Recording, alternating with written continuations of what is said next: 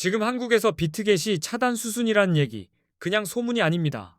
어느 날 갑자기 앱이 열리지 않고 로그인도 막히면 내 코인은 거래소 안에서 그대로 멈춥니다. 그 공포를 오늘 끝내셔야 합니다. 특히 선물 포지션이 걸려 있는 분들은 더 위험합니다. 접속이 끊기는 순간 손절도 익절도 못하고 시장은 내 자산을 파도처럼 때립니다. 그래서 지금은 수익보다 탈출로부터 확보하는 게 먼저입니다. 최근 한국에서 비트겟 같은 미신고 해외 가상자산 거래소 앱이 구글 플레이 스토어에서 다운로드와 업데이트가 차단됐습니다. 버튼 하나로 업데이트하던 시대가 끝난 거죠. 금융당국의 압박으로 접속 제한 조치도 진행 중인 상황입니다. 오늘은 접속되더라도 내일은 막힐 수 있어요. 나중에 옮기지 뭐가 제일 비싼 선택이 될 수 있습니다. 그래서 비트겟 이용자분들은 비트겟에 있는 자산을 신속히 다른 거래소로 옮겨야 하는 상황입니다. 늦게 움직일수록 선택지가 줄어듭니다. 이번 제재는 금융정보분석원 FIU에 정식 신고하지 않은 해외 거래소를 겨냥한 겁니다. 신고가 없으면 국내에서 편하게 쓰지 못하게 막는 흐름이 명확합니다. 비트겟은 국내 금융당국 FIU에 가상자산 사업자 VASP로 신고하지 않았습니다. 이 미신고가 차단의 첫 번째 원인입니다. 두 번째는 구글 정책입니다. 구글이 한국금융당국 요청에 따라 미신고 해외 거래소 앱을 플레이스토어에서 퇴출시키기로 결정했습니다. 그래서 신규 설치도 업데이트도 막혀버렸습니다. 세 번째로는 세금 흐름이 있습니다. 국내 거래소에는 앞으로 세금을 부과할 예정인데 해외 거래소는 세금 부과가 상대적으로 어렵습니다. 그래서 당국이 더 강하게 조치에 나선 것으로 보입니다. 이미 설치해둔 분들은 당분간 앱이 켜질 수는 있습니다. 하지만 업데이트가 막히면 보안 패치도 기능 개선도 못 받습니다. 그리고 다음 단계는 접속속 차단일 수 있다는 걸 잊지 마세요. 결국 안전한 방향은 자산을 거래소 밖으로 빼두는 겁니다. 가장 깔끔한 선택은 개인 지갑으로 출금해서 내 통제권을 확보하는 거예요. 이런 상황에선 내 키가 내 생명줄입니다. 어떤 분들은 앱을 지웠다가 다시 깔면 되지 않냐고 하시는데 지금은 플레이스토어에서 설치가 막혀서 그게 쉽지 않습니다. 실수로 삭제했다가 되돌리기 어려울 수 있어요. 신규 이용자분들은 더 막막합니다. 플레이스토어에서 앱 설치가 불가능하고 웹사이트 접속도 제한될 수 있습니다. 시작하려다 문턱에서 막히는 거죠. 어떤 분들은 앱을 삭제한 뒤 VPN으로 우회 접속을 시도하기도 합니다. 우회가 가능하다고 해도 보안과 법적 위험을 감수해야 합니다. 그래서 우회에 기대기보다 자산을 옮겨 리스크를 끊어내는 게 낫습니다. 국내 거래소로 옮기면 편할 것 같지만 대안이 될 수는 있어도 국내 거래소는 레버리지 사용이 불가능합니다. 선물 트레이딩의 핵심 도구가 빠지니 전략 선택지가 크게 줄어듭니다. 게다가 국내 거래소는 거래 수수료도 높고 추후 세금도 부과될 예정입니다. 그래서 저는 국내 거래소 이용을 추천드리진 않습니다. 가능과 유리는 다르니까요. 지금 이번 사태로 한국인들이 가장 많이 가입하고 이동하고 있는 거래소 5곳을 비교 분석해 두었습니다. 급할수록 검증된 길로 가야 합니다. 그 5거래소는 원화 입금이 가능하고 한글 지원도 됩니다. 수수료도 저렴한 편이라 초보자분들이 시작할 때 부담이 적습니다. 그리고 가입 시 $100를 지급하는 이벤트를 진행하는 곳도 포함되어 있습니다. 조건과 기간은 거래소마다 다를 수 있으니 제가 핵심만 뽑아 정리해뒀습니다. 5거래소의 정보는 고정 댓글에 정리해두었습니다. 차단이 더 강해지기 전에 오늘 영상 보신 김에 꼭 확인해 주시기 바랍니다. 이제부터는 코인 선물 거래의 단타 기본기를 잡아드리겠습니다. 많은 분들이 감으로 눌렀다가 시장에 혼나는 이유, 결국 롱과 숏 타이밍을 제대로 못 잡아서입니다. 비트코인은 변동성이 커서 한번 들어가면 마음이 급해집니다. 하지만 단타는 속도가 아니라 준비입니다. 진입 기준이 없으면 손이 먼저 움직이고 계좌가 뒤따라 울어요. 먼저 롱과 숏을 간단히 정리하겠습니다. 롱 포지션은 비트코인 가격이 오를 거라 예상하고 매수하는 겁니다. 상승에 베팅하는 선택이죠. 숏 포지션은 가격이 떨어질 거라 예상할 때 진입합니다. 하락에 베팅하는 포지션입니다. 선물은 위로 가든 아래로 가든 방향만 맞추면 기회가 생깁니다. 그런데 방향을 맞추려면 차트가 내게 보내는 신호를 읽어야 합니다. 저는 초보자분들께 추세, 거래량, 뉴스 이 세 가지를 먼저 보라고 말씀드립니다. 롱은 상승 추세에서 빛납니다. 고점이 점점 높아지고 저점도 함께 올라가면 시장이 위를 향해 계단을 놓고 있다는 뜻입니다. 이런 흐름에서 롱이 유리해질 수 있습니다. 상승 추세라고 해서 아무 데서나 들어가면 안 됩니다. 단타는 특히 눌림을 기다렸다가 다시 반등이 나올 때 들어가야 손절이 짧아집니다. 추세 위에서 유턴하는 지점을 노리세요. 이동평균선도 힌트가 됩니다. 50일 이동평균선이 150일 이동평균선을 위로 돌파하면 골든 크로스라고 부르죠.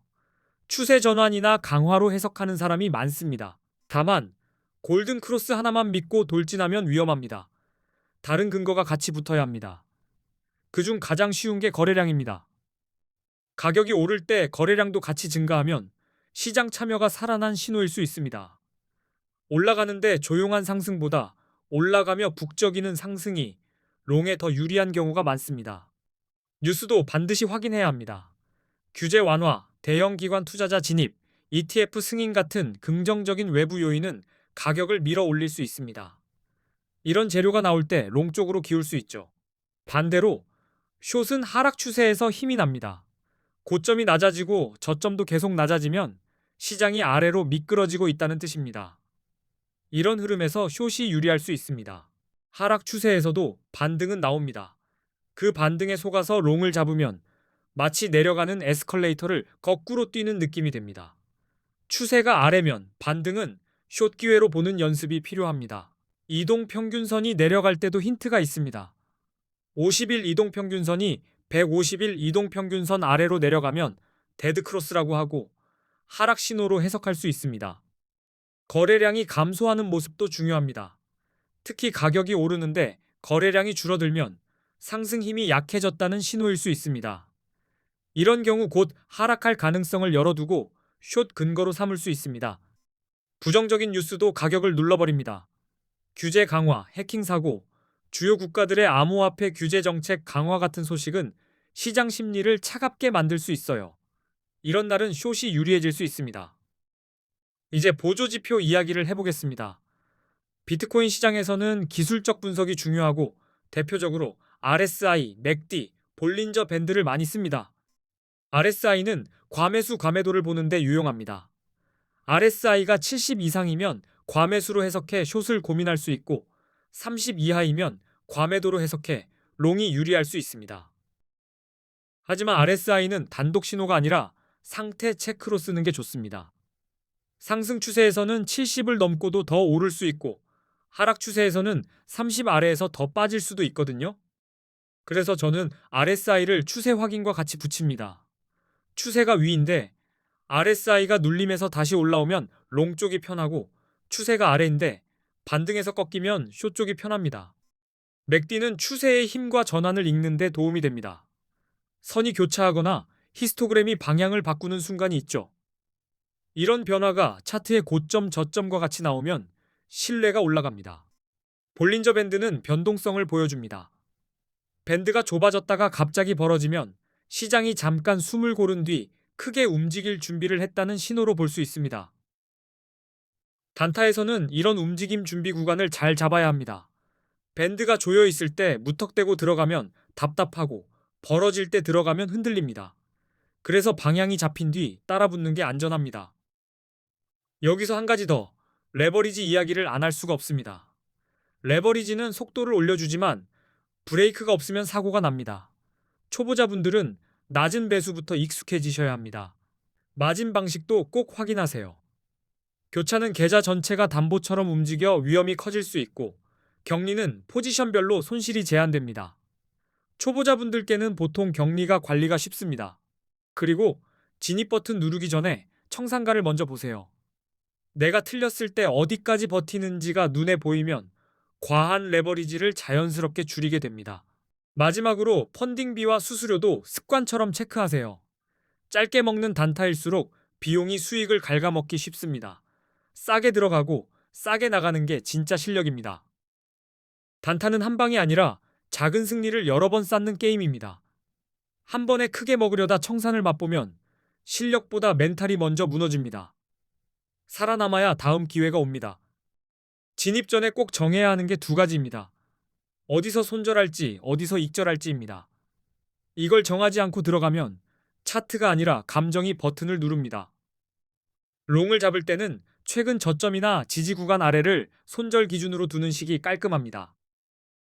숏을 잡을 때는 최근 고점이나 저항 구간 위를 손절로 잡으면 손실을 통제하기 쉬워집니다. 그리고 거래량이 갑자기 튀는 순간에 휘둘리지 마세요. 시장은 초보자를 흔들어 떨어뜨리는 장난을 자주 칩니다. 기준을 지키는 사람이 결국 남습니다. 뉴스가 터진 날은 변동성이 커서 슬리피지도 커질 수 있습니다. 특히 급등 급락 구간에서는 내가 누른 가격과 체결 가격이 달라질 수 있어요. 이런 날은 포지션을 가볍게 가져가셔야 합니다.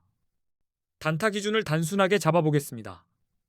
먼저 큰 흐름에서 추세가 위인지 아래인지 확인하고 그 방향으로만 거래합니다. 추세를 거스르면 단타가 아니라 도박이 됩니다. 추세가 위라면 눌림에서 롱, 추세가 아래라면 반등에서 숏을 노립니다. 여기에 거래량이 받쳐주고 RSI 같은 보조지표가 과열 침체를 보여주면 확률이 올라갑니다. 골든 크로스와 데드 크로스는 신호등 같은 역할입니다. 초록불이 켜졌다고 무조건 달리는 게 아니라 앞차가 있는지 확인하고 출발하는 거죠. 지표는 방향, 차트는 타이밍입니다. 거래소를 옮기실 때도 같은 원리입니다. 차단 흐름이 보이면 미리 이동해서 안전 구간에 서는 게 현명합니다. 접속이 막힌 뒤에는 선택이 아니라 소원이 됩니다. 다시 한번 강조드립니다. 비트겟은 플레이스토어에서 다운로드와 업데이트가 막힌 상황이고 접속 제한 조치도 진행 중입니다. 지금은 될 때가 아니라 막히기 전이 움직일 때입니다. 기존 이용자분들은 설치된 앱이 당분간 될 수 있어도 언제 막힐지 모릅니다. 신규 이용자분들은 설치가 어렵고 웹 접속도 제한될 수 있습니다. 그래서 자산은 개인 지갑 출금이 가장 안전합니다. 우회 접속은 가능하더라도 보안과 법적 위험이 따라옵니다. 위험을 안고 계속 쓰는 것보다 리스크를 줄이는 선택을 하셔야 합니다. 내 돈은 내가 지켜야 하니까요. 그리고 국내 거래소는 레버리지 불가, 수수료 부담, 세금 예정이라는 현실이 있습니다. 대안처럼 보일 수 있지만 선물 단타 목적이라면 효율이 떨어질 수밖에 없습니다. 그래서 한국인들이 많이 이동 중인 5거래소를 비교해 두었고 원화 입금, 한글 지원, 저렴한 수수료, 그리고 $100 이벤트까지 포함해 정리했습니다. 고정 댓글에서 바로 확인하실 수 있습니다. 오늘 배운 롱과 숏 기준, 그리고 RSI, 맥디 볼린저 밴드 활용만 제대로 잡아도 단타가 훨씬 덜 무섭게 느껴질 겁니다. 중요한 건 근거와 통제입니다. 고정 댓글에는 정말 유용한 꿀팁을 정리해 두었습니다.